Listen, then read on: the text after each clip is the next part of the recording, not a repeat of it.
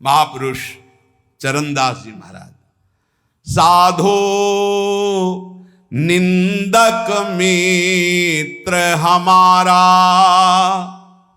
निंदक को निकटे ही राखो, हो न देऊं न्यारा, साधो निंदक मित्र हमारा। निंदक नियरे राखिए आंगन कुटी छवाए, कमरे में नहीं बीच आंगन में रखो, उठते बैठते देखे, एक एक दोष वर्णन करे, ये बड़ी बढ़िया बात है। निंदा करने वाले भारी पापों का नाश कर देते, बात मान लो।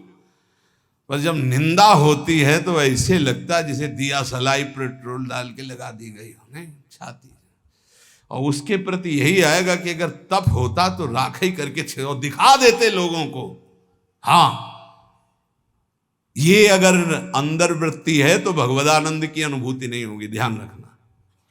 सहना पड़े अपवाद और प्रवाद। अपवाद यदि गलती हुई है उसकी निंदा हो रही तब तो ठीक ही हो रही, उसमें क्या बोलना है। और अगर गलती नहीं हुई निंदा हो रही तो बहुत ठीक हो रहा, तुम्हारे प्रारब्ध का नाश हो रहा, पूर्व प्राप्त जो शरीर को दंड मिलता और निंदा दे के भुगता दिया गया। कह रहे निंदक को निकट ही रखो, बढ़िया सुविधा दे के रख सकते हो। प्रशंसा वाले को रखा जाता है नजदीक, खड़े हो माइक में। तो आप लोगों के बीच में हम ये बड़े गर्व से कहते हैं कि पूज्य महाराज जी का सानिध्य हमारा परिवर्तन कर दिया। और हम ठीक है, और वही माइक से बोलने लगे बड़ा दुर्भाग्य इनका संग मिला। दृष्टि लो बदल जाए तो कह दे ला, बड़े बड़ों की बात होती है, छोटों की नहीं। निंदा में अच्छे अच्छों की दृष्टि बदल जाती है, रौद्र दृष्टि हो जाती है। जो निंदा होने पर शांत रहे वो स्थिति प्रज्ञ महात्मा होता है। पूज्य बात उड़िया बाबा जी महाराज, जैसे कोई विदेशी भाषा में हमको गाली दे, हमें पता ही नहीं क्या बोल रहा है, मुस्कुरा के चल देंगे। जब हमारी भाषा में हमको गाली दे और हम ऐसे मुस्कुरा के चल दे, बिल्कुल बुरा ना लगे, तो समझो स्थिति आई है। पाछे निंदा करियग धोवे, सुनि मन मिटे विकारा, जैसे सोना तापी अगिन में, निर्मल करे सुनारा, साधो निंदक मित्र हमारा। ये निंदक लोग कितने कृपालु हैं। ये पीछे से निंदा करते हैं और क्या करते हैं, समस्त विकारों को उसके मिटाकर ऊपर उठा देते हैं। पक्का निंदा सह गए तो भूमिका बदल जाएगी। बहुत कठिन है निंदा सहना, बहुत कठिन है। निंदा सह गया तो द्वंद्व सहने की ताकत आ जाएगी। स्तुति बहुत अच्छी लगती, नहीं लगती।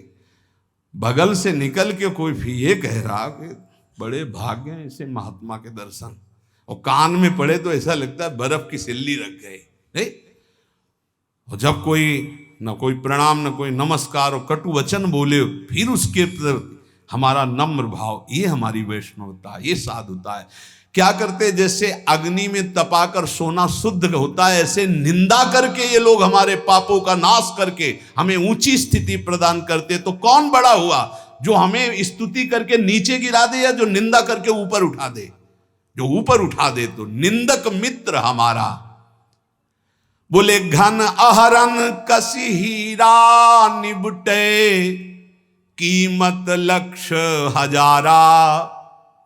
कांच और हीरा की पहचान कैसे होती, एक घन में पहचान होती। घन लोहे का एक हथौड़ा जैसा होता है, और उसको ऐसे रख के पक्की जगह पे लोहे पे, और ऊपर से घन मारो। अगर नकली हीरा है तो छार छार हो जाएगा, और असली हीरा है तो कुछ फर्क नहीं पड़ेगा। तो बोले असली संत में जहां गाली गलौज निंदा अपमान करो कोई फर्क नहीं पड़ा, अगर टूट गया तो नकली हीरा था, असली हीरा नहीं। घन अहरन कसी हीरा, निपटे तो कीमत लक्ष्य हजारा। ऐसे जांचत दुष्ट संत को करन जगत उजियारा, साधो निंदक मित्र हमारा। ये भगवान से मिलाने वाले बनते हैं, निंदा करने वाले। ये दुष्ट जन जो निंदा करते हैं, ये हमें भगवत प्राप्ति कराते हैं। इनके चरणों में कोटि कोटि प्रणाम। ये संसार में फंसने नहीं देते, छोटी सी छोटी गलती सामने रख करके हमको भगवान से मिला देते हैं, हमारे पापों का नाश कर देते हैं, हमारी बाधाओं का नाश कर देते हैं। जोग यज्ञ जप पाप कटन ही तू करे सकल संसारा, और बिन करनी मम करम कठिन सब मेटे निंदक प्यारा। कितनी बढ़िया बात। बड़ी बड़ी साधनाओं से पाप नष्ट करने का प्रयास किया जाता है, लेकिन निंदक, हम कुछ प्रयास भी नहीं कर रहे, हमारे सारे पाप नष्ट कर रहा है निंदा करके। कितना प्यारा मित्र है। बिन करनी मम करम कठिन सब मेटे निंदक प्यारा, सुखी रहो। ये कोई संत ही बोल सकते हैं, ये केवल संत हृदय बोल सकता है। सुखी रहो निंदक जग माही, रोग न हो तन सारा, हमारी निंदा करने वाला उतरे भव निधि पारा। ये कोई महात्मा ही बोल सकता है, दूसरे की ताकत ही नहीं। कह रहे हैं निंदक सुखी रहो, इस लोक में तुम्हारे शरीर में कोई रोग ना हो, और मेरी निंदा करने वाला परलोक में भगवान को प्राप्त हो। ये मेरा आशीर्वाद है। क्या संत है, क्या इनका हृदय कौन जान सकता है। सुखी रहो निंदक जग माही, रोग न हो तन सारा, हमारी निंदा करने वाला उतरे भव निधि पारा, साधो निंदक मित्र हमारा। निंदा जो कर रहे हैं, निंदक के चरणों की स्तुति भाखों बारंबारा, चरण दास कहे सुनियो साधु, ये निंदक साधक भारा। ये निंदा करने वाले भगवान की प्राप्ति कराने में बड़े सहायक हैं। हे साधु, कभी इनकी निंदा मत करना। जो तुम्हारी निंदा करे तुम सह जाना, तुम्हें भगवत प्राप्ति करा देंगे, पक्की बात। इसलिए महाप्रभु चैतन्य देव अपने श्रीमुख से कह रहे हैं कि यदि लौकिक और पारलौकिक उन्नति प्राप्त करना चाहते हो तो तुम अपनी निंदा की कभी अवहेलना मत करना। तुम्हारी निंदा हो रही, बड़े प्यार से चुपचाप सुन लेना और क्षमा कर देना, तो तुम इस परमार्थ के क्लास में ऊपर उठ जाओगे। यदि जीवन में किसी के कोई दैवी संपदा की विशेषता और मां भागवती गुण पाए गए हैं, तो उन्होंने जीवन में बहुत कष्ट सहा है, गालियां सही है, मारपीट सहे, अपमान सहे हैं, तब जाकर वो जैसे स्वर्ण तपाने पर चमकता है, ऐसे वो चमकते हैं। उपासक को लौकिक पारलौकिक उन्नति प्राप्त करने के लिए निंदा, अपमान, तिरस्कार सहना होता है। ये सहने की सामर्थ्य, फिर कह रहा हूं, सद्गुरु कृपा पात्र में आती है।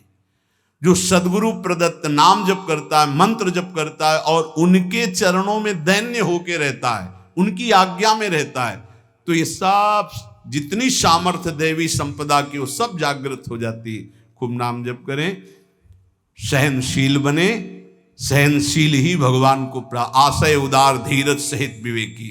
सहनशील, आशय उदार, धीरज सहित विवेकी, ये परमार्थ का विजयी योद्धा होता है। धैर्यवान, विवेकवान, सहनशील, उदार आशय, सबका। देखो कितना उदार आशय।